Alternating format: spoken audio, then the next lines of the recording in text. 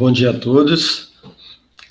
Até agora, a gente viu, em teoria, né, na parte da parte teórica, a gente viu como colocar um ponto na tela.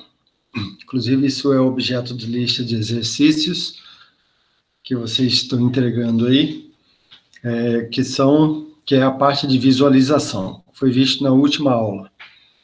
Então, dado um ponto, vocês têm o know-how aí, tem que calcular as matrizes todas, né, de transformação, e assim vocês conseguem saber onde é que esse ponto vai cair na tela. Ok? Agora, normalmente o que a gente tem de representação no computador não é um ponto, é um objeto. Aliás, são vários objetos. Então, a maneira de se representar uma cena, se eu estiver usando Java, por exemplo, tem um famoso grafo de cena. E o que a gente vai ver hoje é esse caso geral. É você ter vários objetos, não ter apenas um ponto. Você tem vários objetos e você quer mostrar esses objetos todos na tua imagem. Você quer jogar eles lá na imagem. Claro, se eu conseguir descobrir cada ponto de cada objeto, eu posso me referir aos algoritmos que a gente já viu anteriores, né, de visualização, e também a parte de fotometria, né, e assim eu consigo determinar qual é a cor, né, melhor, qual é a iluminação por enquanto. A gente vai tratar de cor ainda. Qual é a iluminação de cada um dos pontos de um objeto. Mas o problema é qual objeto que eu vou escolher. Eu tenho objetos que estão na frente um do outro. Então, isso é que a gente vai passar para vocês na aula de hoje.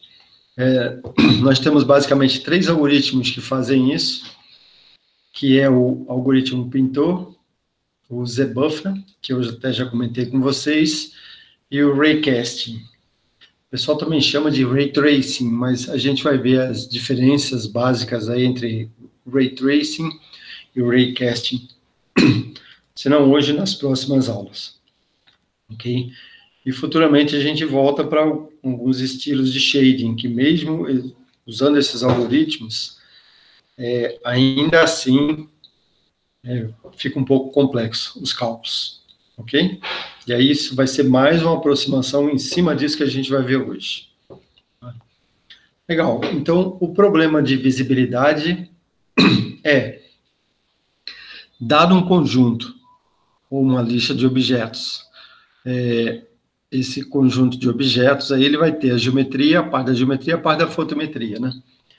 E dado uma estrutura de dado na memória, que a gente comumente chama de imagem, né? Vamos pensar que essa estrutura na memória é a cópia da imagem que a gente quer reproduzir na tela, né? Na verdade, a estrutura que implementa isso é uma matriz de pixel, ou seja, estão dado uma matriz que tem uma certa altura e uma certa largura, o que a gente quer fazer é pintar esses objetos, todos desse conjunto aí dados, né? Essa lista de objetos, a gente quer pintar isso na tela, ok? Então, esse é o problema da visibilidade. Por que a gente fala visibilidade?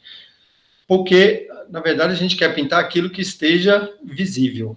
Se a gente está aqui simulando uma câmera, né, ou o olho humano, que seja, a gente quer pintar apenas o que esteja visível. O que não esteja visível, a gente quer tirar fora. Isso, a gente chama isso de recorte, mas também tem aquilo que está na frente do outro. Se um objeto estiver atrás de outro, você não vai enxergar aquele objeto. Então, isso é uma questão de determinar a visibilidade também, ok? A gente vai tratar especificamente nessa aula esse último problema que eu coloquei aí, que é chamado problema de visibilidade. Legal. Então, se eu tiver apenas um objeto para desenhar, vamos pensar aí num algoritmo para pintar esse objeto na tela. Na tela seria na memória, né? Na verdade, na matriz, jogar ele na matriz. Imaginando que eu tenho aqui uma tela, né? Um anteparo aí na frente do observador.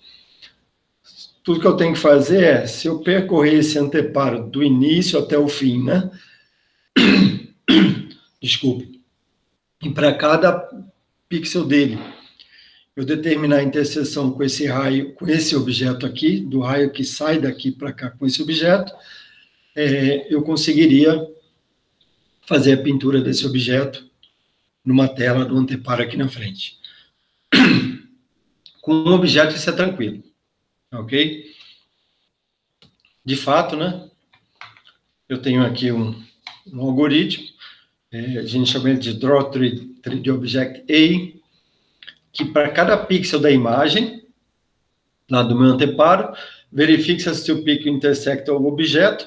Se intersectar, aí calcula todos aqueles raios lá que vocês têm, inclusive, acho que o exercício 6 da lista 4, se não me engano, lista 3, aliás, né?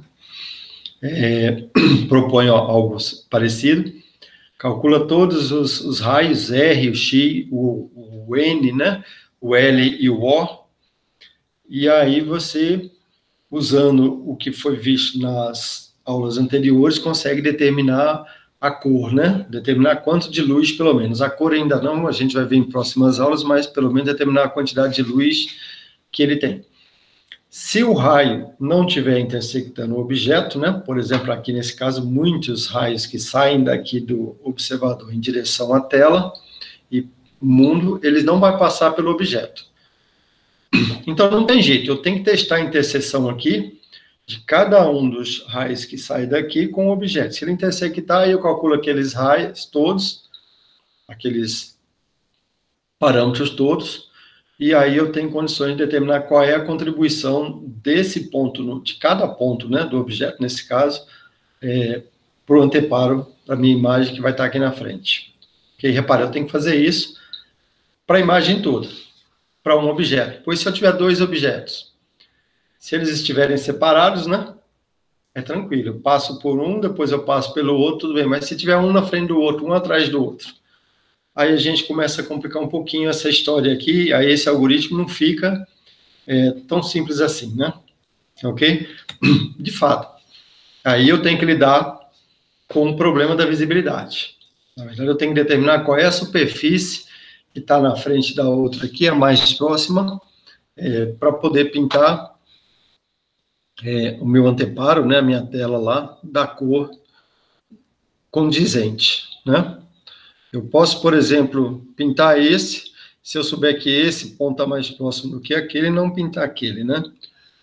Mas aí eu teria que, para cada ponto, percorrer os dois objetos, né? Determinar qual é o mais próximo, né? Aí eu conseguiria determinar. Se eu determinei que esse está mais próximo que esse, eu pinto o objeto azul aqui, no caso. Ok? Legal. Isso eu sei que esse objeto está mais próximo que esse. Eu tenho que fazer algum teste relativo a isso. Tá? Então, dá para resolver isso. Vamos pensar aqui num caso genérico. Eu tenho um objeto A e um objeto B. Ok?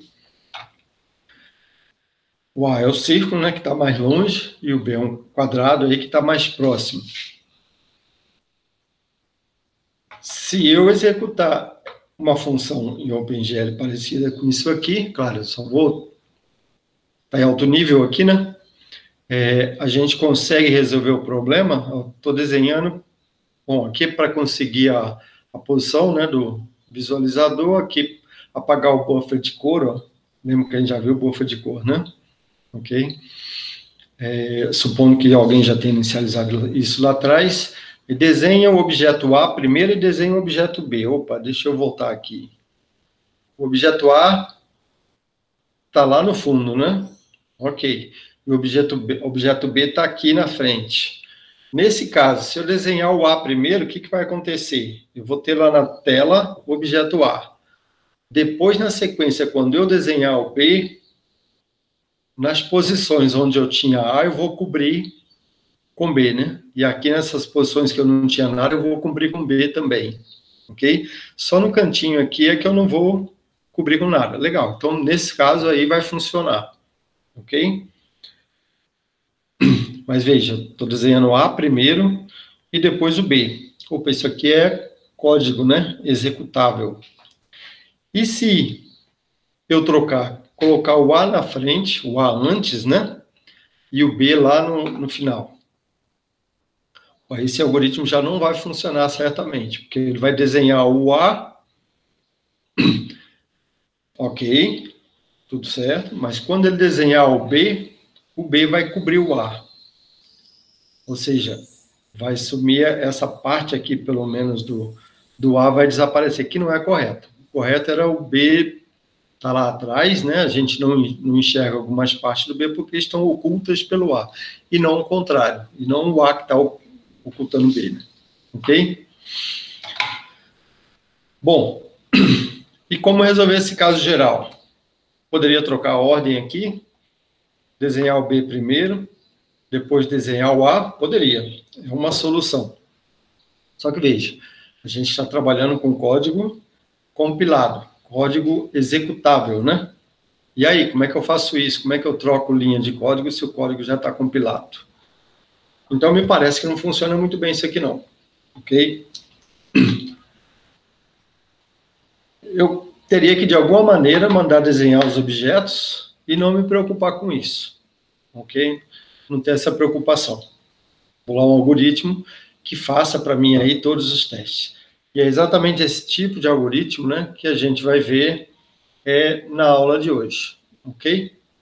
Que consegue resolver no caso geral. Tá? O primeiro dele é o algoritmo pintor. O algoritmo pintor ele é bem tranquilo. Ele, na primeira operação que ele faz, é ordenar os objetos de longe para perto. Ok? Então, nesse caso aqui, por exemplo, o objeto que está mais longe é o objeto vermelho, depois o objeto azul, depois o objeto verde. Como é que esses objetos eles estão colocados em memória? Eles são uma lista de objetos. Né? Uma lista, se vocês se lembram lá, lista encadeada, você tem a parte da estrutura de dados em si, e você tem um ponteiro para o próximo, e você tem um nó que aponta para o início dessa lista. Né? Então, é exatamente isso que a gente está falando aqui, uma lista, uma implementação, né, de uma lista encadeada de objetos. Legal. Então, se eu quiser implementar os objetos num array, eu também posso colocar cada vetor um ponteiro para uma região de memória, né, desse array, onde estão os dados dos objetos propriamente dito, a estrutura de dados dos objetos, ok? Para a gente entender isso melhor, vamos entender que isso é uma lista, não importa de que jeito que está a implementação, mas se a gente conseguir mudar a ordem dos objetos aí nessa lista, ok? Aí a gente consegue desenvolver esse algoritmo pintor. É isso que esse primeiro passo dele aqui tem que fazer. Tem que pegar o objeto que está mais longe e colocar como sendo o primeiro da lista. Depois, o segundo mais longe, né? Nesse caso aqui eu tenho 3, depois o mais próximo. Seria o último nessa lista. Legal. Aí eu vou passar por essa lista de objetos, que vai estar na ordem de longe para perto, né? Vou desenhar primeiro, aí sim, né? Projeta para imagem, converte para scan e desenha. Aí eu consigo usar aquele algoritmozinho que a gente viu lá atrás para pintar um único objeto, né? Para cada um desses 3 objetos. Então, quando eu chamar aquele desenho objeto com esse primeiro objeto, ele vai desenhar em vermelho, vai pintar tudo que é vermelho lá na tela. Depois, ele pinta o azul, veja, na hora que ele pinta o azul, a parte do vermelho que está atrás do azul, que ele já pintou, ele vai recobrir. Então, um pedacinho desse vermelho aqui vai desaparecer, ok? E depois, finalmente, quando eu chamar de novo, né, o algoritmo de pintura de um objeto só, né, para verde, com essa tela que eu tenho já pintada, de azul e de vermelho, ele vai cobrir com verde tudo, essa parte do azul e a outra parte do vermelho também, que vai estar lá atrás, que o azul não cobriu. Tá? Então, no final das contas, o vermelho vai desaparecer, que é o que a gente que está aqui da frente, né, olhando para lá, era isso que a gente tem que enxergar. A gente só tem que enxergar verde e azul na tela, ok? Então, funciona. Pô, eu só tenho que fazer esse ordenamento aqui da minha lista de objetos. Tá? Esteja como elas estiveram implementadas, de alguma maneira eu tenho que saber qual objeto que está mais perto do que o outro. Eu tenho que ter uma maneira de ordenar isso. Ok? Como a gente vai ver, isso não é tão simples assim, mas no caso geral, esse algoritmo aqui, ele funciona bem, e ele é o que é implementado no OpenGL se você não falar nada para o OpenGL. Ou seja, então, o algoritmo default do OpenGL é o algoritmo pintor. Ok? Legal. Vamos começar a ver problemas. Se eu tiver casos como esses aqui, por exemplo, é tranquilo, né? Eu sei que aqui, se eu tiver alguma maneira de determinar que o B está atrás do A, está mais longe, né, do que o A, tranquilo, ok? Eu ordeno, pintaria o B e depois o A na minha sequência. Mesma coisa, se o A estiver atrás do B e der para ordenar, beleza. Se eles estiverem separados, melhor ainda, né? Aí eu não preciso me preocupar aqui quem é que eu vou pintar primeiro, eu nem precisaria ordenar nesse caso. Aí eu ganharia em tempo, né? Não precisaria. Mas, veja bem, não é tão simples assim. Pode acontecer alguns casos que a gente não prevê. Se eu tiver esse caso aqui, por exemplo, que seria similar a esses dois aqui, tranquilo. Eu pintaria esse primeiro, o verde, né? E depois, veja bem, eu tenho que determinar quem é que está mais longe. Quem é que está mais longe? É verde ou é vermelho? É verde. Como é que a gente sabe? Eu peguei, por exemplo, o ponto mais próximo de mim, do verde, isso eu tenho como determinar, e peguei o ponto mais próximo de mim do vermelho, do observador, né? Quem é que está mais perto? O vermelho, obviamente. Se eu pegar o mais longe, aqui nesse caso também, o ponto mais longe do verde e o ponto mais longe do vermelho, se eu pegar o ponto médio do verde e o ponto médio em distância, né, do vermelho, também dá para ordenar, ok? Então, nesse caso aqui, ordenar os objetos é isso, é determinar qual é o ponto, sei lá, se eu pegar o ponto mais próximo do objeto, né, e pegar o ponto mais próximo do outro objeto, saber quem é que está mais perto. Se eu pegar o ponto mais longe de um objeto, pegar o ponto mais longe do outro objeto, também dá para mim determinar, nesse caso aqui, qualquer desses, ou pegar o ponto médio, né? Qualquer desses 3 pontos que eu pegar, eu consigo saber quem é que está mais perto, quem é que está mais longe. Eu tenho como ordenar, ok? Mas vamos ver nesse caso aqui. Se eu pegar o ponto mais próximo e ordenar, do objeto e ordenar, o ponto mais próximo aqui do observador, do objeto verde, é esse ponto aqui, né? E o ponto mais próximo do observador do objeto vermelho é esse ponto que a setinha está apontando, ok? Veja bem, se eu ordenar aqui nesse caso, ele vai me dizer que o vermelho está atrás do verde, o que não é verdade. Opa, então se eu pegar o ponto mais perto do objeto, nesse caso aqui não vai funcionar, ok? Mas então nessa hora eu vou pegar o ponto mais longe. O ponto mais longe do objeto verde é esse aqui. O ponto mais longe do objeto vermelho é esse aqui.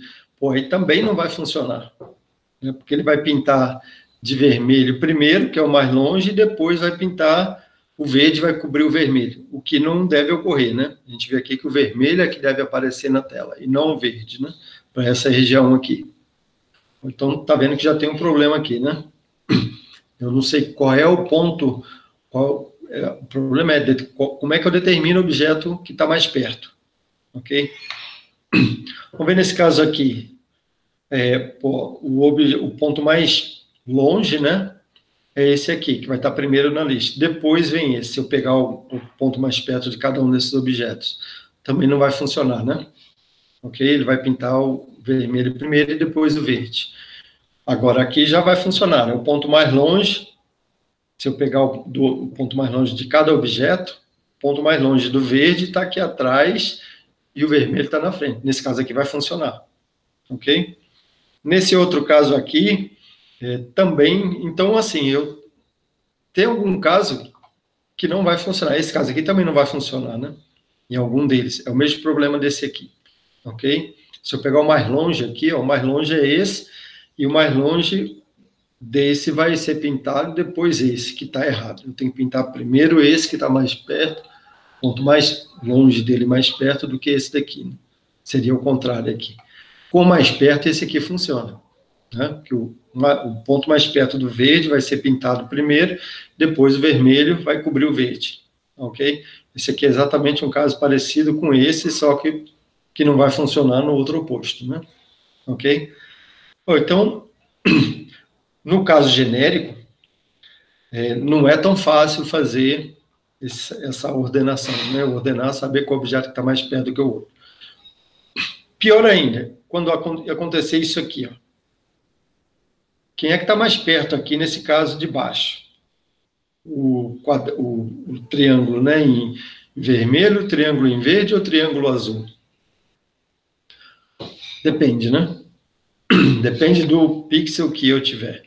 Se eu tiver nesse pixel aqui, não vai importar o verde, mas o vermelho vai estar na frente do azul, né? Ok? Assim, se eu ordenar isso aqui por algum ponto, eu não vou conseguir escolher um ponto que vai resolver no caso geral. No caso geral, o que eu quero? Eu quero chamar a função para pintar, a função que desenha o objeto, ela pinta e pronto, né? Se tiver alguma coisa lá no buffer, ela vai cobrir aquilo que está lá no buffer, ok? Só que nesse caso aqui, eu vou ficar no loop infinito, né?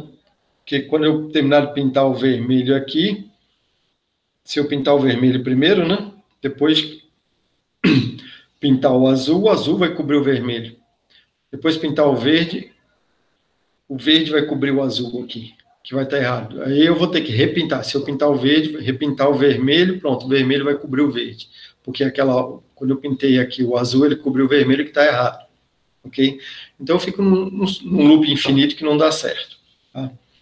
Mas o que eu posso fazer nesses casos? Nesses casos, aqui também, né? Basta eu cortar, nesse caso aqui, o objeto verde, não? Eu corto o objeto verde, ou vermelho, poderia ser também, né? Por essa linha aqui. Eu corto o objeto verde em 2 objetos. Pô, agora sim, se eu cortar esse objeto verde aqui em 2, eu vou saber que esse de lá não vai nem influenciar, né? Ok? De qualquer maneira.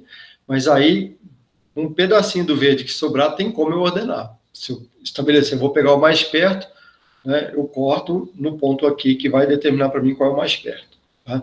Nesse caso nosso aqui, que eu tenho objetos cíclicos, né, onde a ordenação é cíclica, basta eu cortar o vermelho. Se eu cortar o vermelho, agora sim, produzir mais um objeto, né, vermelho 1 e vermelho 2. Eu começaria pintando o vermelho 2, que é esse aqui, depois eu pintaria o verde, né? Depois eu pintaria o azul e depois eu pintaria o vermelho 1. Ok? Pronto, fazendo isso, a gente conseguiria resolver o problema. Está trocado aqui, viu? Aqui era para CG, aqui e B aqui. Fazendo isso, eu consigo pintar, para mim esse seria o mais longe, depois esse aqui seria o próximo, depois o azul seria o próximo, depois o vermelhinho aqui seria o próximo. Aí resolve o problema da visibilidade. Ok?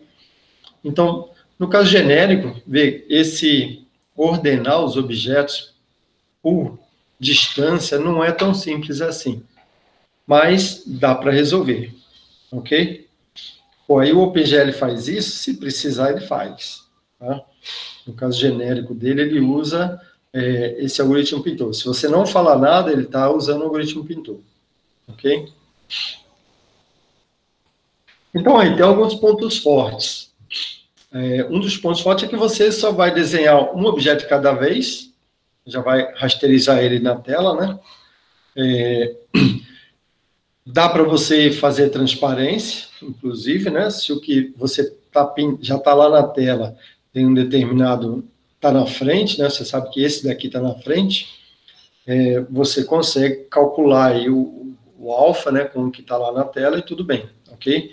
O que está mais próximo, você sabe que é transparente, o que está lá, como é o que está mais longe, você tem como combinar os dois e fazer a transparência, ok? Já tem alguns algoritmos, a gente vai ver o ZBuffer não trata bem esse problema aí, ok?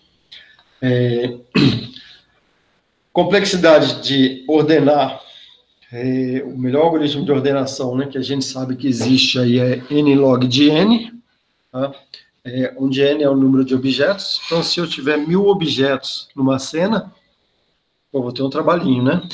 Toda vez eu vou ter que, quando eu mudar a posição da câmera, quando é que muda o ordenamento?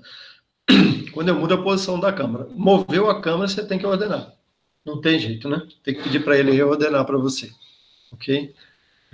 O OpenGL já faz isso automaticamente. Toda vez que ele muda a posição da câmera, ele já faz essa ordenação, ok? Quando for cíclico é ruim, né? Aí nessa hora vai ter que dividir. Tem outros problemas aqui, ainda mais se um polígono estiver dentro do outro, né? É difícil de ordenar. Se eu tiver tudo separadinho, tranquilo, né? Eu não preciso, se eu estiver modelando um terreno, por exemplo, uma montanha, assim, visualizando ela de cima, pô, é tranquilo. A menos que eu tenha alguma reentrância, né, na montanha, aí eu vou ter problema, ok? Então, no OpenGL, se você não habilita o buffer de profundidade, a utilização do buffer de profundidade, você está usando esse algoritmo, o algoritmo Pintor, ok? E a linguagem PostScript, que a gente já viu, né, numa das primeiras aulas, ela também usa esse algoritmo Pintor, ok? Então, apesar de não ser lá essas coisas, ele é simples de entender e funciona bem, no caso geral, ok? Então, ele é utilizado, né? É um dos algoritmos utilizados aí.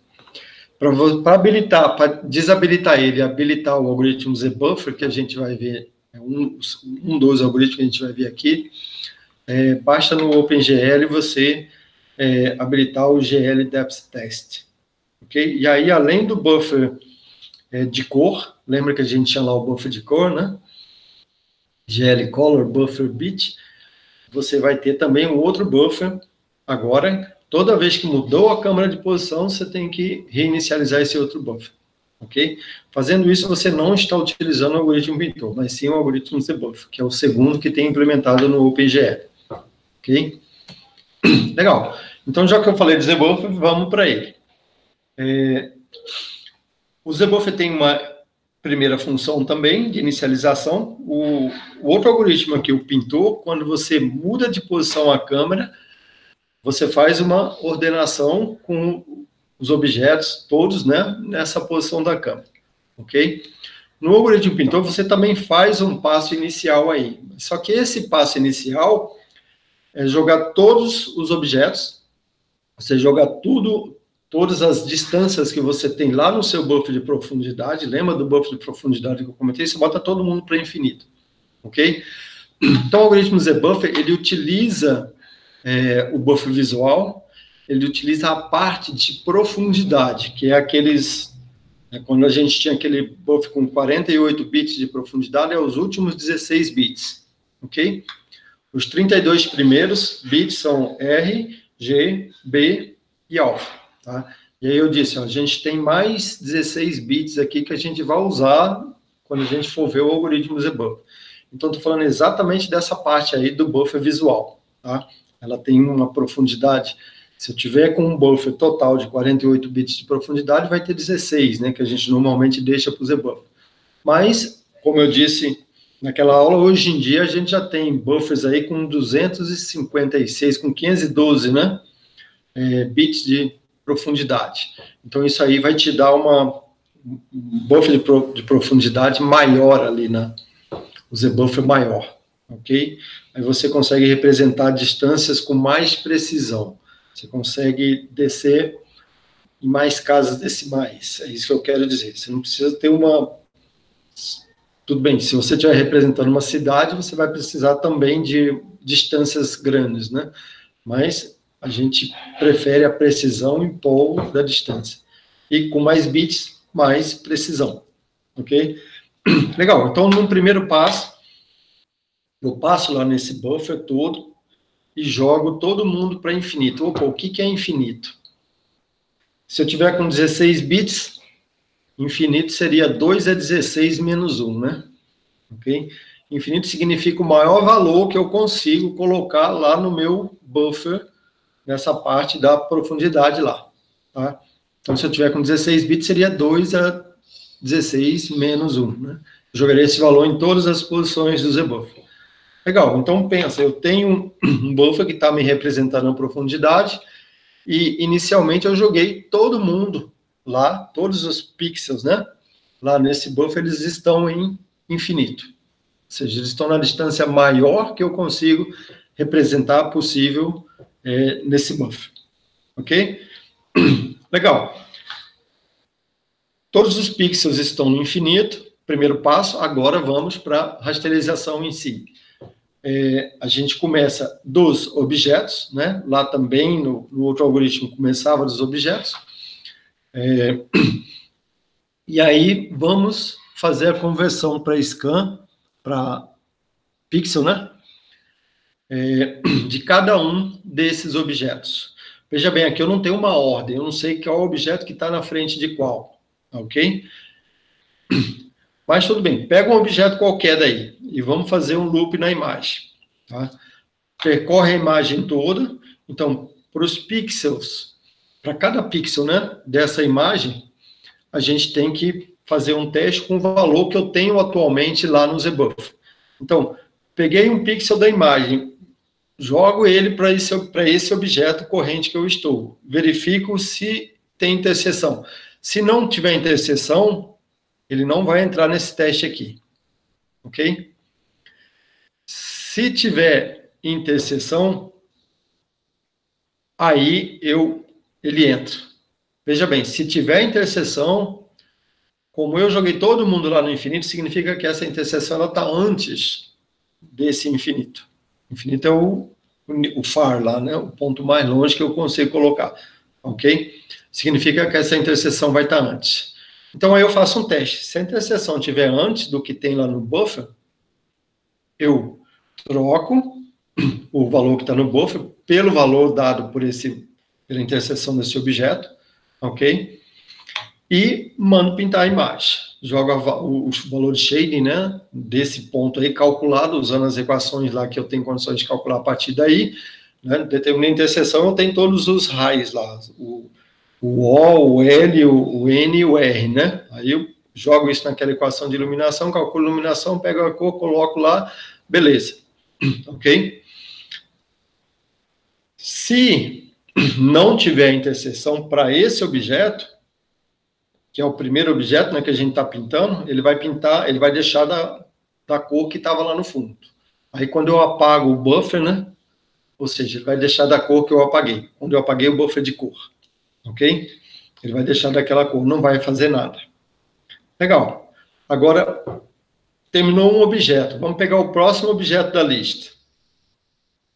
O que vai acontecer se esse objeto estiver mais perto do que esse que eu já coloquei lá?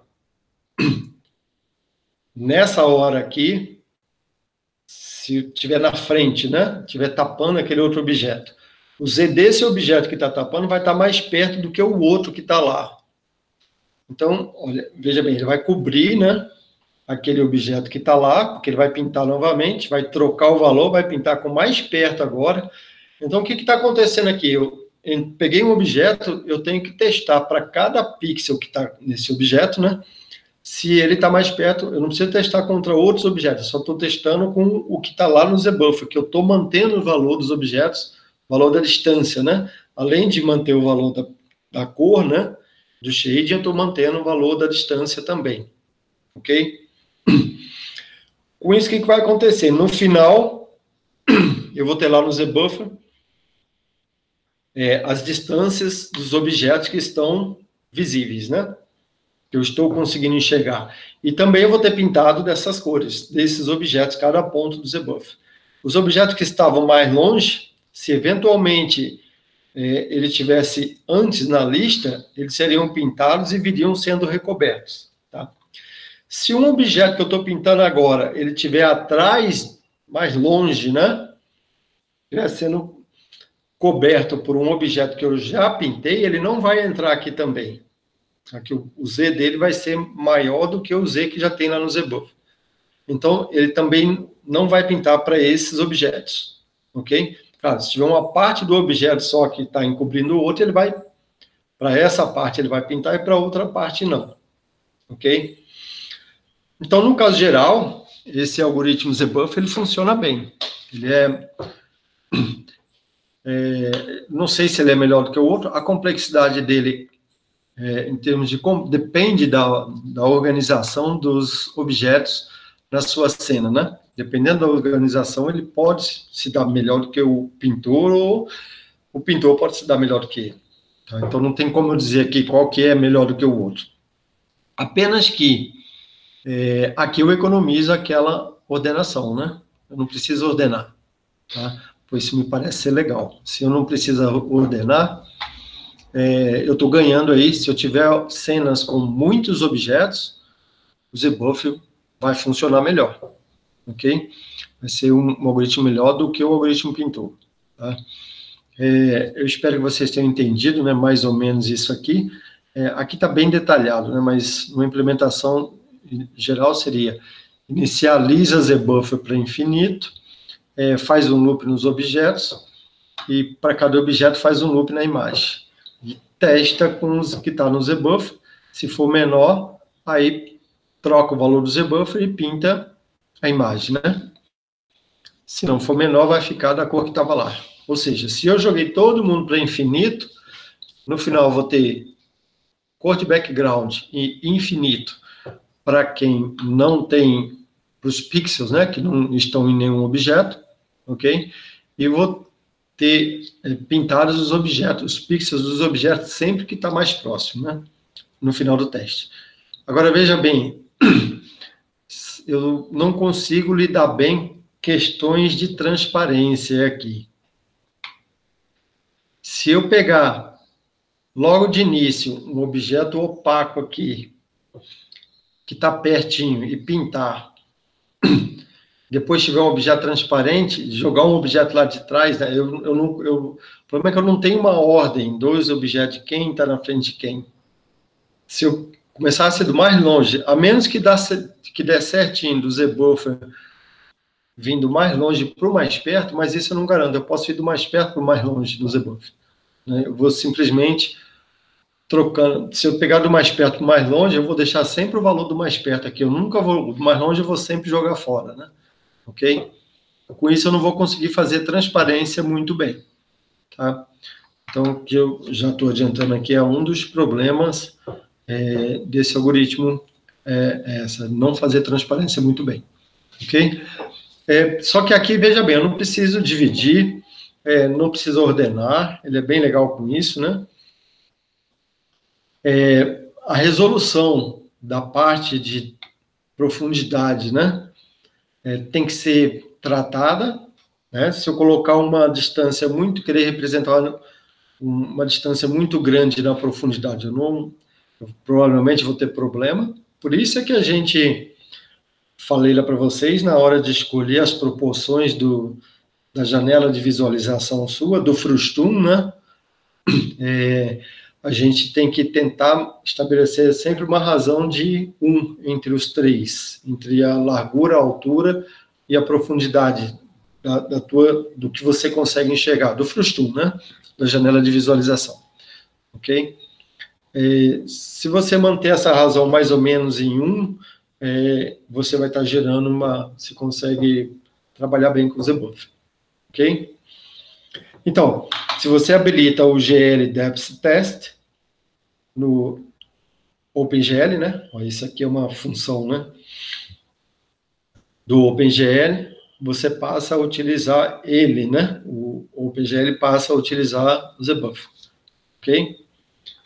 E aí, na hora que você muda a câmera, lembrar de apagar também agora o buffer de profundidade, né? Lembra que se você for mostrar toda hora que você for executar uma função de display lá, lembra da função de display? Na primeira aula prática vocês devem ter visto ela, né? Gerou um display, você tem que pintar a tela. Então, toda hora que você for pintar a tela, você tem que também apagar o buffer. Você apagava o buffer de cor, né? Você tem que agora apagar o buffer de profundidade também, apagar os dois. Ok? Lembrar de fazer isso. E você que tem que fazer isso. Isso o OpenGL não faz automaticamente para você, não. Ok? De fato, está aqui, né? Você não precisa dar um valor para ele, porque ele já sabe que apagar é jogar todo mundo no, como você tinha que fazer para o buffer de cor, né? Lembra que tem que definir antes a cor de apagar no buffer de cor. No buffer de profundidade não precisa. Então aqui está um wall, né? Você vai apagar o buffer de cor e também o buffer de profundidade. Ok? Bom, legal. Feito isso, agora sim, ó, eu não preciso me preocupar com que ordem que eu vou mandar desenhar. Posso mandar desenhar B na frente de A também, que vai funcionar da mesma maneira, ok? Poderia fazer já que eu estou com uma lista, né? Desenha, colocar uma função para percorrer lista aqui, ao invés... Se eu tiver só 2 objetos, não faz sentido isso, né? Mas se eu tiver 100 objetos, aí sim já faz sentido. Percorre lista de objetos, para cada objeto da lista, desenha, ok? Aí, nessa hora, ele já vai testar lá com o ZBuffer, vai verificar, fazer aquelas verificações todas, e no final você vai ter desenhado os objetos mais próximos, né? Ok? A menos de transparência, esse algoritmo, se você não tiver copos, né, coisas transparentes na sua cena, ele funciona legal, ok? Dá até para fazer alguma gambiarra se você deixar separado esse copo, por exemplo, e desenhar ele depois. Tá? Mas aí você tem que saber que o copo é transparente, né? No caso genérico, você não sabe, a lista, você não sabe se é transparente, quem é que está mais perto de quem, isso tudo você não gostaria de saber, né? Ok? Tá? Então, ele funciona bem, no caso geral. E é o algoritmo, eu diria assim, que é o mais utilizado. Tá? Lembrar de habilitar o GLDepth Test e também na hora normalmente na inicialização, né? Chamar essa função aqui, init display mode glutDepth, ok? Tudo isso vai lá para a função de inicialização de vocês. Legal. Falei do algoritmo pintor e falei do algoritmo ZBuffer. Existe um outro algoritmo que não é implementado no OpenGL e que, se vocês quiserem implementar ele, inclusive vou passar um pseudocódigo dele daqui a pouco, completo, é um excelente trabalho de final de curso para vocês. E vocês vão aplicar nesse algoritmo quase tudo da disciplina aí de computação gráfica, de síntese de imagem, né? Ok? Se chama Ray Tracing, mas o algoritmo implementado, na verdade, é Raycasting. Mas vamos falar genericamente do Ray Tracing para vocês entenderem depois o que é o Raycasting, ok? O Ray Tracing, ele utiliza o princípio de emissão da luz mesmo, né? Então, ele parte do princípio que a luz é um raio, né? Um feixe de fótons, ou seja, um raio emitido ou refletido. Se estiver vindo da luz direta, é emitido, né? Se estiver vindo de uma superfície, é refletido, ok? E lembrar que fontes enviam esses fótons, esses raios, em todas as direções, né? Então, o que o Ray Tracing gosta de fazer é modelar, modelar esses raios como se eles fossem partículas, né? Pega uma bola, joga ela, deixa ela bater lá no objeto, refletir quantas vezes, se essa bola vier de volta, né? Ou for para a imagem, né? Sai da luz, bate no objeto, vai para a imagem, ela pode bater no objeto, no outro, na cena, refletir em alguma hora. Se ela for para a imagem, aí você calcula a contribuição dela. Então, é algo mais ou menos parecido com isso. Agora, repara bem, modelar isso não é tão simples assim, né? Ok? Primeiro, você tem que saber muita coisa da física com F maiúsculo, né? Estudar comprimento de onda, não sei o quê, tudo isso que a gente já viu lá nas aulas anteriores, tá? Para conseguir modelar esses fótons, né? Como se fossem partículas que rebatem nesses objetos da cena, ok? Lembrando que você tem que considerar aí a absorção, né? Quando eles batem lá na cena, eles rebatem, né? Eles perdem energia, ok? Considerar a reflexão e considerar a refração também, né? Mais ainda, tem uma outra que é, se for de vidro, né? Dispersão, ok? E teria aí no fenômeno lá de quando o trem passa, né? Que a onda entorta quando ela está próxima dos cantos, ok? Você teria que considerar várias coisas se fosse partir para a parte de modelagem da física. Bom, o princípio do Ray Tracing é seguir cada fóton saindo da fonte de luz, né? Seguir até quando? Até que toda a energia deles seja absorvida. Então, se ele bater num objeto, se ele encontrar duas superfícies, ficar refletindo entre elas, uma hora vai sumir, né? Vai acabar a energia dele, ok? Repara, então seria mais ou menos tranquilo. Se eu tenho a forma dos objetos e eu sei de onde está saindo, eu consigo saber para onde está refletindo. Se eu tiver isso para toda a cena, controle da normal, né, a superfície da cena, eu tenho como exatamente determinar a direção que esse fóton, né, vai seguir, as direções, né, que ele vai seguir, ok? Então, se acabar a energia dele, eu coloco uma função, né, de consumo de energia, bateu uma vez, perdeu energia, bateu duas vezes, perde mais. Até que, depois de muitas reflexões, vai ser zero, esse fóton não vai contribuir para a imagem, ok? Se ele bater num objeto e sair, né, sair do meu frustum, do universo conhecido, né, também ele não vai contribuir. Agora, se ele bater no plano imagem, entrar, né, na imagem, aí sim, eu calcularia a contribuição dele para aquele pixel. Okay? É esse o princípio do Ray Tracing. Só que quantos raios saem da luz? Infinitos, né? E toda vez que eu falo essa palavra infinito, aqui em computação gráfica, eu sei que vocês já ficam, professor, infinito não existe. De fato. Então, eu precisaria de integrais aí, né? E eu não consigo representar esse caminho que a gente chama de forward, né? Para a frente. Sai da luz para a frente até chegar na imagem. Ok? Isso é Ray Tracing, Forward Ray Tracing. Ok? Pô, legal. Dá para fazer? Matematicamente, usando física, também dá. Tá? Só que, provavelmente, eu não tenho ainda hoje, não teria, né, poder computacional suficiente para fazer isso. Tá? Por que eu não tenho? Porque muitos daqueles raios que saem lá da luz, eles vão dispersar. E eu vou ter que seguir ele até sumir energia. Quer dizer, então, seria extremamente lento fazer isso, né? Eu não vou ter poder de processamento suficiente. Essa é a principal razão. Tá? Agora, imagina que eu saiba, de alguma maneira, quais são os raios que contribuem para a formação da imagem. Se eu souber isso, aí traçar, né? Só para esses raios, aí é tranquilo, ok? Então, ao invés de eu pensar, estou saindo da luz, vou rebater nos objetos e vou para a imagem, a gente pode pensar no contrário. Saindo do observador, né? Passando pela imagem, agora sim, eu sei que esse raio, ele está passando pela imagem.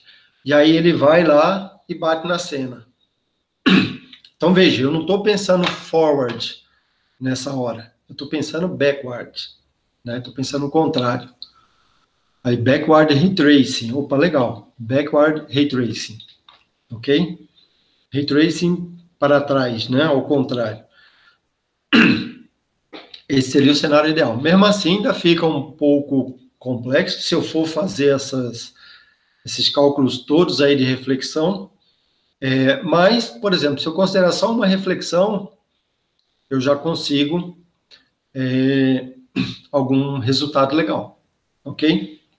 Então, quando a gente considera uma reflexão, a gente deixa de ser Ray Tracing e passa a ser o que a gente chama de Ray Casting, ok? Então, daí vem o Ray Tracing, é o princípio, né, geral, é o princípio do traçado de raio mesmo, né? mas no fundo a gente não vai fazer o traçado dele completo, a gente vai fazer casting, né? A gente vai capar, assim, quando ele bateu num objeto, a gente parou, vamos deixar 3 reflexões, tá? Bateu num objeto, no outro e no outro, perdeu tudo, ok? Bateu num objeto, aí eu já, no outro já posso calcular a contribuição de luz, tá? Mas eu não vou me estender muito, não. Aí eu tenho condições de fazer isso num tempo finito, ok? Por isso que a gente, nessa hora, a quantidade de energia que vem depois disso, digamos, é tão pouca que não vale a pena você sair mais do que 2 ou 3 reflexões, ok? Idealmente, aqui na disciplina, com uma reflexão, se vocês fizerem esse algoritmo, eu já vou dar 10, né, digamos assim, para o trabalho prático. Já vou saber que o cara realmente implementou algo que está compreendendo toda a essência aí do que está por detrás do problema de visibilidade, de visualização também, né, e além da parte de fotometria, que é o que a gente tem visto até agora, né. Realmente o cara vai estar aplicando os conhecimentos aqui da disciplina, tá, no raycasting. Então a ideia é isso, sabendo magicamente, né, e como é que eu sei magicamente? É só se eu sair do olho, do observador ou da câmera, né, para a imagem e para o mundo, aí eu consigo calcular essas contribuições de uma maneira mais, saber quem é que realmente está contribuindo para a imagem, ok? Então, estou saindo de baixo, daqui da imagem, indo para os objetos, como é casting, né? Bateu uma vez, eu já verifico quanto é que a luz contribui para ele, ok? Ou poderia até, né? Bateu uma vez, bateu outra, considerar veja que dá para fazer isso recursivo, né? Só que recalcular os raios, bateu aqui, recalcula, ele vai, provavelmente a reflexão vai para lá, mas aí eu já calculo a contribuição de luz também. Mantenho essa contribuição guardada para esse ponto e vou somar com a contribuição que a luz deu para esse outro ponto aqui, na hora de voltar da recursão, ok? E aí dá para mim fazer essa recursão aí 1 ou 2 ou 3, ou né, quantas vezes quiser. Claro, se eu fizer muitas vezes, eu vou, como eu tenho uma imagem normalmente de 1000 por 1000, né? 1000 por 1000 já é pouco hoje em dia. Eu vou ficar com muitas recursões aí, isso não é producente. Mas dá para fazer, tá? Então, os raios que chegam à imagem, em vez de eu partir, eu faço o contrário. Em vez de eu sair da luz para a imagem, eu saio da imagem para a luz, né? Na direção oposta, ok? Então, o backward ray tracing é isso. Sai do olho, intersector com plano imagem, né? Vai para a cena, ok? Ó, o intersecto aqui eu já sei qual é o pixel, né? Pixel na imagem, ok? Esse pixel aqui vai ter a cor dada pela contribuição que eu vou calcular a partir daqui, tá? Bateu na cena, se eu tiver só uma reflexão, eu já calculo qual é a contribuição da luz para aquele ponto. Veja bem, aqui eu tenho um objeto até na frente, não vai ter contribuição, né? Então, na hora que eu tenho esse ponto aqui, o ponto da luz, eu tenho que pegar um raio daqui para lá, teria, né? Se você não quiser fazer isso, você vai desconsiderar a luz, a sombra desse objeto aqui em cima desse. Mas o ideal, certo seria fazer isso, seria pegar o raio que sai da posição onde que vem do olho, bateu no objeto, para a luz, verificar se não tem ninguém na frente. Se tiver alguém na frente, você já sabe que vai ser sombra aqui. Se não tiver ninguém na frente, você sabe que a cor aqui desse ponto na imagem vai ser exatamente a contribuição da luz para esse ponto aqui no objeto. E isso você consegue calcular. A gente tem as equações lá, I de x, y, né, que a gente viu nas últimas aulas. A equação de iluminação você consegue calcular, ok? A gente vai ver nas próximas aulas como botar cor, né, em si, textura. Mas se eu souber que a esfera é azul, por exemplo, aí não preciso nem de textura. Eu já sei qual é a cor azul, né? Eu só jogaria a quantidade de iluminação realmente que tem ou não, dependendo da luz, né? Ok? Ou seja, então dá para calcular. Se eu tiver mais de quiser considerar mais de uma reflexão, não for só um raycast com uma batida só, 2 batidas, sei lá, eu tenho que calcular o raio refletido. A partir desse ponto, posso reiniciar o algoritmo com esse raio refletido, né? Se ele sair do mundo, né, já vai ser contribuição 0, né, dele. Aí seria só essa contribuição que vem daqui, da luz, né, para a primeira batida. Se for um objeto transparente, posso considerar o raio refratado também, né? Aí usaria aquela equação de refração lá que a gente viu, ok? E assim vai, né? Tá? Então, eu teria a normal, está aqui calculada. Então, eu tenho vários tipos de raio aqui. Raio refletido, raio refratado, o shadow, que se tiver objeto na frente, apesar de ser um raio para luz, né, a gente chama ele de shadow ray, que é para detectar se não tem sombra em cima desse objeto. Então, o shadow ray, eu teria que calcular ele toda vez, né? Se eu tiver muitos objetos na cena, eu tenho que calcular ele para ver se não está fazendo sombra aqui em cima. Se tiver algum objeto na frente, está fazendo sombra. Então, como é que calcula ele? Posição da luz menos posição aqui no objeto, isso é o raio, né? E aí, coloca isso de forma paramétrica e, tendo a equação desses objetos todos da cena, você verifica se essa sua equação paramétrica está intersectando algum objeto. Se tiver, é preto aqui, né? Sombra, ok? Se não tiver intersectando, aí sim você calcula a contribuição de luz para esse ponto aqui, ok?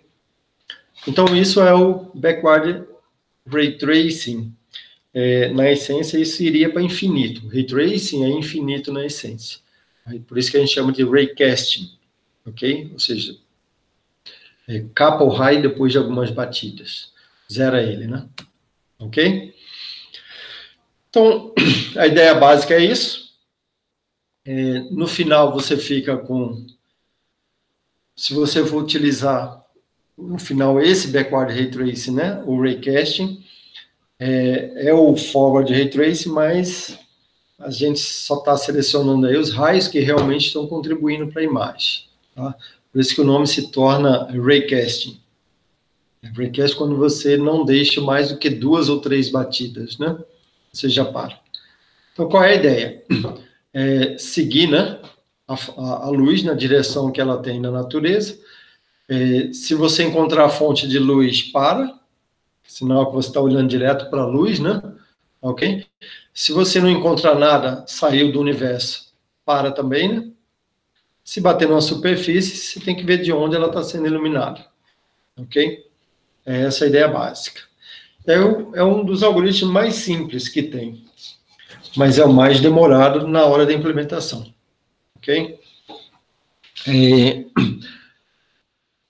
E implementar esse algoritmo é só seguir esses passos aqui. Faz um loop em Y, um loop em X. Veja bem, os outros 2 algoritmos que a gente viu até agora, eles começavam pelos objetos, né? Faz um loop nos objetos. Para cada objeto, eu tenho que percorrer a imagem toda e pintar a imagem toda para aqueles objetos. No caso do ZBuffer, a gente comparava se a posição do objeto é maior, se a distância, né, ao que o objeto se encontra é maior do que a distância que eu tenho lá no ZBuffer. Se for maior, eu descarto. Se for menor, e a princípio sempre vai ser menor, porque você inicializa o ZBuffer todo no infinito, aí você sai pintando os objetos, né? No final, você vai ficar com os objetos mais próximos pintados. Tá? Já no pintor, você também parte dos objetos, só que você parte do objeto mais longe para o mais perto.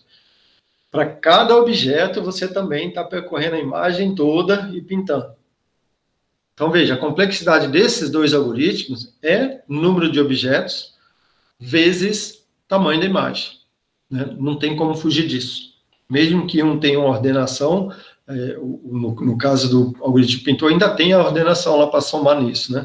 Mas n log n, né? Onde n é o número de objetos. Ok? O ZBuffer não tem essa pintura, mas no fundo vão ficar igual, porque tem uma comparação que eu tenho que fazer para todo pixel, né? Para todo pixel de todo objeto. Né? Já aqui no Raycast, não, a gente percorre a imagem uma vez só. Eu começo, no caso do OpenGL, eu vou começar aqui do canto inferior esquerdo, né? Que é o 00 da imagem. Então, y e x inicialmente são 0 e 0, e aí sim, joga um raio do observador para esse ponto 0, 0, passa ele para o mundo, aí você transforma, né, de coordenada de imagem para esse raio em coordenada de imagem para coordenada de câmera, para coordenada de mundo, e vou para a cena verificar se esse raio está intersectando alguém. Se isso é jogar um raio, né, do observador para a imagem, para a cena. Aí sim, pega esse raio, faz um loop em todos os objetos, né? Está intersectando esse primeiro objeto? Não. Está intersectando esse? Tá. Calcula a distância. Vai para o próximo objeto. Ó, esse objeto aqui já está intersectando. Vai para o próximo. Não, não. Está intersectando esse? Tá. Veja qual dos dois que está mais perto. Se for esse aqui, joga esse fora. Tá? E aí, no final desse teste de todos os objetos, você pega aquele objeto que tem a menor distância. Então, tem que guardar esse objeto com a menor distância aí para poder sair comparando. Como é que a gente fazia isso no ZBuffer? O próprio ZBuffer guardava para mim isso. Aqui não. Aqui eu vou precisar de uma variável que vai guardar essa distância. Se não estiver intersectando nenhum objeto, cor de fundo. Está intersectando um ou mais objetos, pega aquele que é o primeiro objeto da frente e pinta daquela cor, né? Ok? Então, esse é o princípio de funcionamento do raycasting com uma única batida, né? Ok? Se tiver mais de uma batida, aí eu reiniciaria chamaria de novo, né? O mesmo algoritmo para um outro raio, né? Então, trocaria aqui o raio para os próximos, ok? Lembrando que tem que calcular, né, o raio de sombra aí, se eu quiser simular sombra. Se não quiser sombra, imaginar que a sua luz, né, ela passa através dos objetos, tudo bem, é só você mandar pintar daquela cor. Então, o algoritmo em si é só isso aqui. É um loop Y, um loop X e 3 comandozinhos, né? Tá? Ou seja, é simples de implementar. Experimente. Não é tão simples assim, mas é implementável. Ok? Legal. Vocês até já fizeram um exercício na lista sobre isso, mas vamos ver melhor como é que é essa questão da interseção. Como é que a gente calcula a interseção? Para calcular a interseção, a gente precisa definir um raio em forma de equação paramétrica. Ok? E como é que a gente define um raio em equação paramétrica? Eu vou dizer que um ponto ao longo do raio, ele é dado por um ponto P no raio, mais um parâmetro T, vezes um vetor D. Esse vetor D é o vetor que dá a direção do raio. Então, se eu tiver a direção do raio, né? Veja, se T for menor do que zero, eu vou estar andando para trás. Se T for maior do que zero, eu vou estar andando para frente. Normalmente, a gente vai andar para frente, a gente vai sair do observador.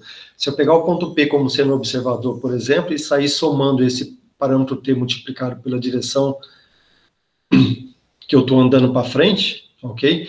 E essa direção aqui, D, é que eu calculo usando um ponto na imagem e um ponto do observador, né? E jogando isso para sistema de coordenadas de mundo, ok? O ponto P seria o observador também. Então, se eu estiver no observador e sair caminhando para frente na direção de D, eu tenho como definir um raio, né, que a gente chama, tá? Um vetor, né? Isso aqui, na verdade, é a equação da reta de forma vetorial, ok?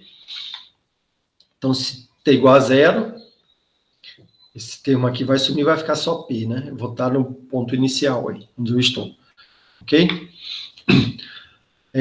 O D, normalmente, a gente normaliza, tá? Para facilitar o entendimento, está normalizado, ok?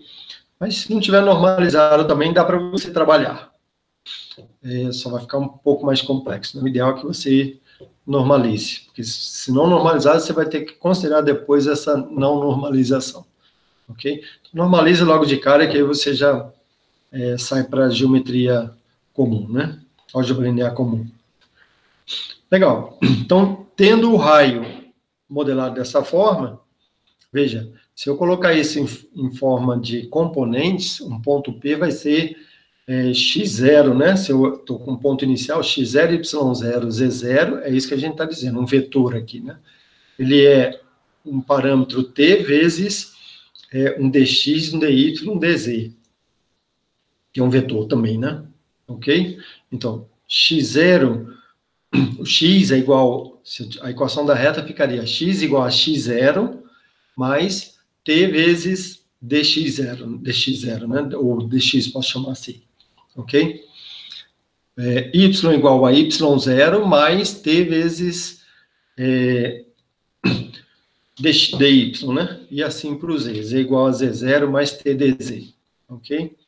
Isso aí me daria as três equações e eu teria aí as equações paramétricas, né? A gente chama nesse caso de equações paramétricas dessa reta, ok? Legal, tendo essas equações paramétricas e a equação do objeto em consideração, por exemplo, deixa eu ir lá direto para a gente volta para cá. Por exemplo, se eu tiver uma esfera, a gente sabe que a equação da esfera fora, ela é isso aqui, né? Na verdade, se eu tiver uma equação da esfera e eu disser ela está nesse ponto e eu der um raio, né? Isso aqui está errado. Seria x menos x0 ao quadrado mais y menos y0 ao quadrado mais e menos e0 ao quadrado igual a r ao quadrado, né? Essa seria a equação da esfera, ok? Aqui está o x0, e o y0 e o z0, que é o centro da esfera. Tá? Então, tudo que eu teria que fazer, se eu tenho a equação do meu raio lá, que eu falei atrás, expressa dessa maneira, é pegar essas componentes aqui, x0 mais t dx, e substituir na equação da esfera. Aqui também está errado, está faltando o centro da esfera. Ok? Aqui está considerando que a esfera está na origem.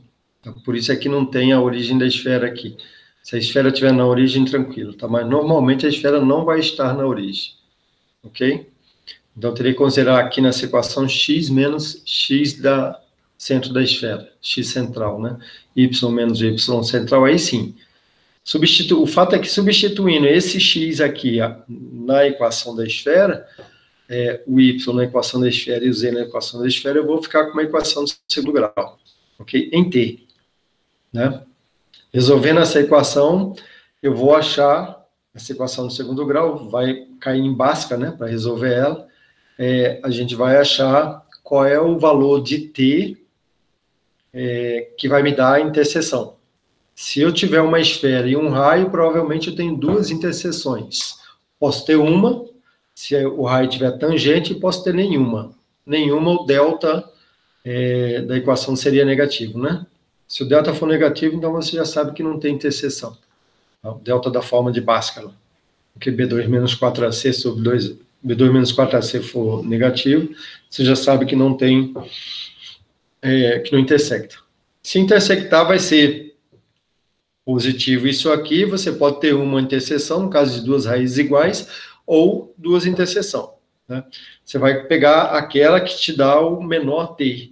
O menor t é o que está mais próximo. Se eu sair daqui, estou caminhando na direção da esfera, o menor dos t's vai ser a direção da primeira interseção, que seria, em teoria, se eu tiver uma esfera opaca, né, de onde a luz vai estar iluminando. Fazendo isso, eu consigo, jogando de volta, né, na equação do raio, jogando o valor de t aqui de volta, eu vou conseguir determinar qual o valor de x, de y, de z no ponto de interseção.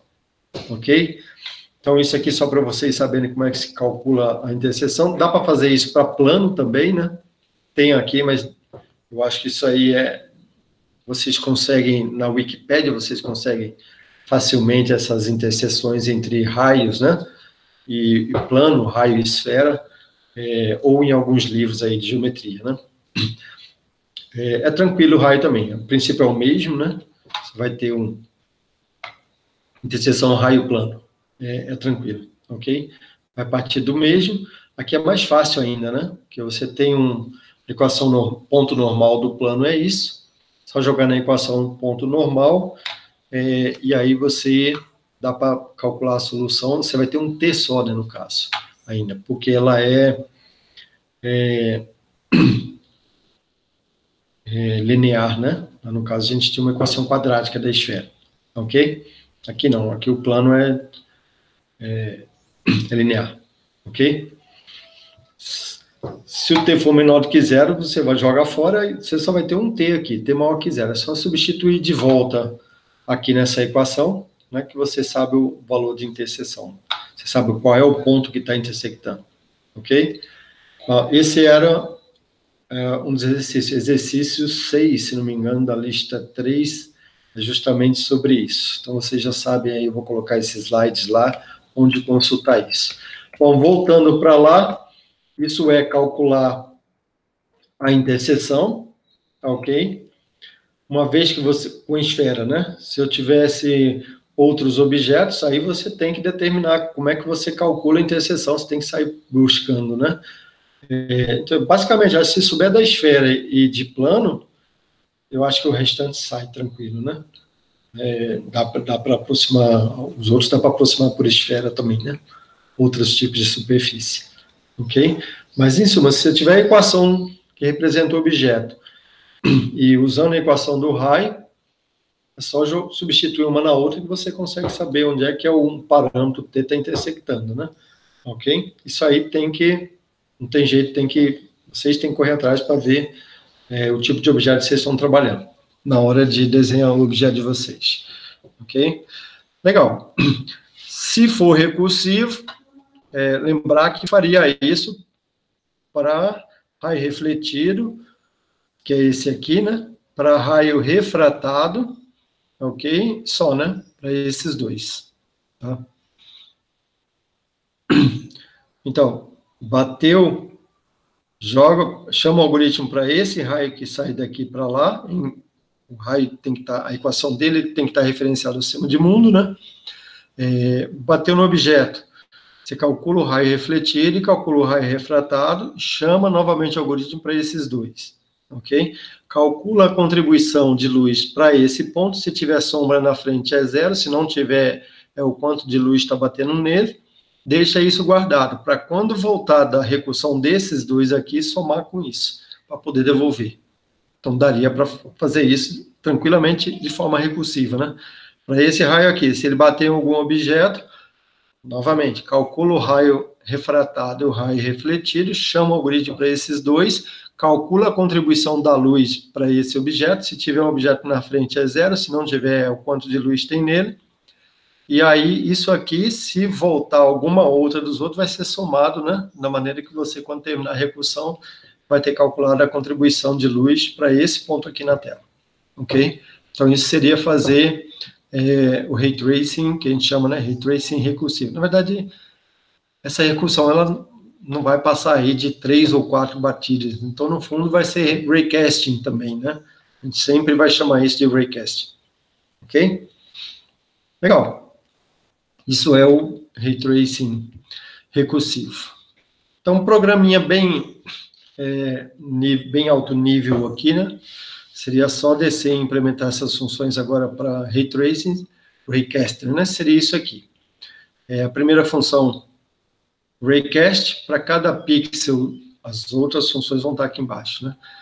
Então, para cada pixel XY da tela, a cor do pixel é igual a traça o raio, do raio através do pixel XY, então aqui eu calcularia o raio através do pixel XY e passaria para essa função, né? Ok? O que esse trace vai fazer? Essa função trace. Vai pegar o ponto que tem, então repara aqui, tá? Aquela função de interseção, né? Está embutida aqui dentro. Calcula todas, isso aqui significa, calcula, cadê ela? Está aqui, ó, close intersection. Para cada superfície na cena, calcula a interseção e retorna a interseção do ponto que for mais próximo do visualizador, ok? Então, aquele loop nos objetos estaria aqui dentro, para ver qual é o objeto mais próximo. Então, retornou aqui, isso aí seria meu ponto no objeto. Veja bem, se não tiver nenhum objeto, isso aqui pode ser nulo, né? Por isso é que testa aqui. Se tiver um ponto no objeto, retorna a função lá de baixo, o shading do ponto no objeto com esse raio, né? O que esse shade vai fazer é usar aquela função de iluminação que vocês viram lá nas aulas anteriores para calcular, né, o valor de iluminação para aquele ponto, ok? Se não tiver objeto, um ponto, né, se não tiver o ponto não tiver batido, o raio não tiver batido no objeto, retorna a cor de background. Ou seja, então é mais ou menos simples. Pegando isso aqui, só faltaria aí destrinchar melhor essa função, close intersection, né, e jogar aquelas funções de iluminação aqui dentro. Isso seria um raycast. Claro, isso aqui vai ficar... Eu acredito que entre 300 e 1000 linhas de código dá para desenvolver isso aqui, né? Se alguém quiser fazer como trabalho final da disciplina, vale também, né? É um dos algoritmos preferidos aí que eu sempre digo que quem faz isso aqui, a nota é 10, né? No trabalho prático, ok? Isso vale para vocês também. Se alguém fizer, já tem aí o 10 antecipado, né? Fizer, né? Não é ir lá na internet, pegar e pumba, jogar, ok? Normalmente eu guardo, eu peço para todo final de turma, eu peço para mandar para mim também, então eu tenho código de tudo isso aí, eu faço uma comparação lá, tá? Antes que vocês também. Vou pedir para alguém que já fez, né? Ok? Bom, a gente espera que vocês realmente, se aqueles que quiserem fazer, vão lá e aprender a fundo, estudar, ok? Beleza. Esse é o algoritmo Raycast. Então, os 3 algoritmos, dando uma repassada. O pintor ordena os objetos, de longe para perto, faz um loop nos objetos, e aí, para cada objeto tem que fazer um loop na imagem. Como eu estou de longe para perto, né, eu não estou preocupado com que ordem que eu vou pintar aí. Tá? No final, eu vou ter os objetos mais próximos pintados na imagem, com certeza. Ok? Cobrindo aqueles que estão mais longe, né? Cobrindo partes, né? Alguma parte dos... Se estiver mais perto, vai cobrir o mais longe. Ok? O algoritmo ZBuffer. Inicialmente, joga todo mundo que está lá no ZBuffer para infinito, né? E aí sim, repete basicamente o que o outro faz, só que com teste de profundidade para cada pixel, né? Faz um loop nos objetos, faz um loop em Y, um loop X para cada objeto, percorre a imagem, então, né? E verifica se o pixel, o raio que sai para a cena, aí aqui eu também tenho que calcular a interseção, né? Ok? Se ele está mais próximo, lá no outro, no pintor, também vou ter que calcular a interseção, porque na hora de escrever o pixel aqui, eu vou ter que saber onde é que está o ponto, né, no objeto, ok? O loop X, loop Y, vou ter que fazer, calcula a interseção com o objeto, pega essa posição, calcula a contribuição de iluminação. Então, aqui também tem cálculo de interseção. Todos eles têm, né? Ok? Aqui faz o loop X, loop Y, calcula a interseção, verifica se essa interseção está mais longe do que o valor que tinha lá no ZBuffer. Se tiver mais longe, não faz nada. Se tiver mais perto, troca o valor do ZBuffer por ela. É isso que está fazendo aqui e manda pintar. Tá? Eventualmente, eu vou pintar 2 vezes. Se entrar aqui de novo para um outro objeto, né? Tiver mais próximo do que esse objeto que eu acabei de pintar agora, ele vai pintar de novo. Mas, tudo bem, isso não é melhor do que eu guardar todo mundo e depois pintar no final, né? Eu teria que manter uma posição de memória aqui para guardar quem é que eu vou pintar. Mas, se quiserem alterar isso, fica a gosto. Mais ou menos viraria o Ray Tracing, né? Se eu fizer isso, o Raycasting. O Raycast é o mais simples de algoritmo, né? De entender o algoritmo. Faz um loop na imagem, faz um loop nos objetos, encontra aquele que tem o Z mínimo e pinta dessa cor. É isso que é a implementação do Raycasting, né? Ok? Com uma batida só aqui, né? Nesse caso.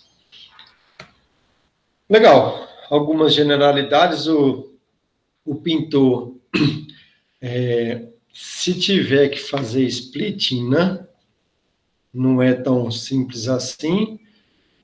O sorting ele faz, né? Já automaticamente lá o OpenGL faz.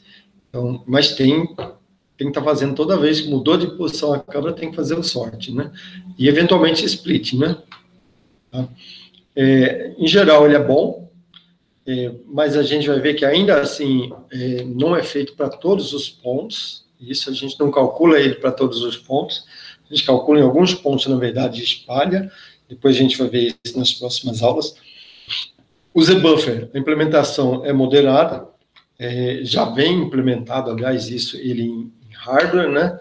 Inclusive já é dedicado, já tem uma parte de hardware dedicada para ele, tem que ter todo display aí que se preze, já tem profundidade lá de, sei lá, alguns até 256, 512 bits, né? Para ele, tá ok, reservado para parte de profundidade. É rápido, mas enquanto o algoritmo pintor consegue fazer transparência, ele não é muito bom para transparência, o Z-Buffer, ok? Eu diria que o mais correto fisicamente, da física maiúscula falando, é o raycasting, né? Apesar de uma batida só, mas ele seria o mais que se aproxima mais do que ocorre fisicamente, ok? É fácil de entender o algoritmo, mas para fazer ele rodar em tempo real, esse aqui executa mais rápido, ok? Não é tão simples assim. Na hora que vocês implementarem, vocês vão ver que às vezes vai demorar um bocadinho para poder calcular, preencher o buffer, né? Ok?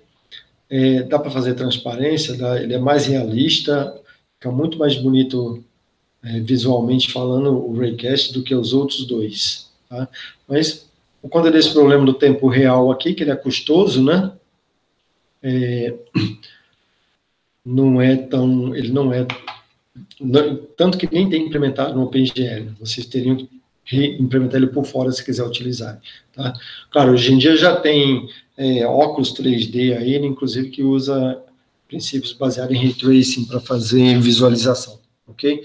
Então, com o advento aí das GPUs, né, programação em CUDA, já tem implementações dele aí, mas não no OpenGL ainda, né, ok? O OpenGL é bem básico, né, mas dá para fazer essas implementações todas a partir do OpenGL, que, aliás, devem ter feito baseado no OpenGL, né, elas todas. Tá? Por hoje, é isso, né? Aqui um exemplo do Z-Buffer, utilização do Z-Buffer, que é até legalzinho, né? Ok. Na próxima aula, a gente continua. Interromper a gravação.